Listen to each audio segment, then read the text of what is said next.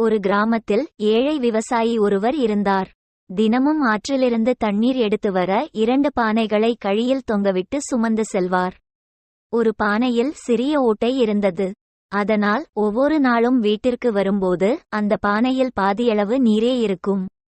குறையில்லாத பானை ஓட்டை பானையை பார்த்து எப்போதும் கேலி செய்யும். 2 வருடங்கள் கழிந்தன.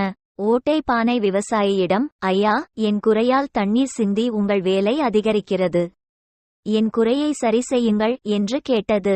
விவசாயி புன்னகைத்து, பானையே, உன் ஓட்டையால் சிந்திய தண்ணீரில் வழி நெடுக பூச்செடிகள் விதைத்து வைத்தேன்.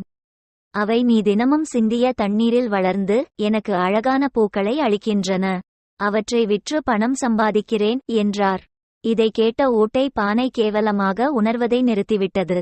மற்றவர்களோடு நம்மை ஒப்பிடக்கூடாது. அடுத்தவர் என்ன சொன்னாலும் கவலைப்படாமல் நம் வேலை பார்க்கணும்.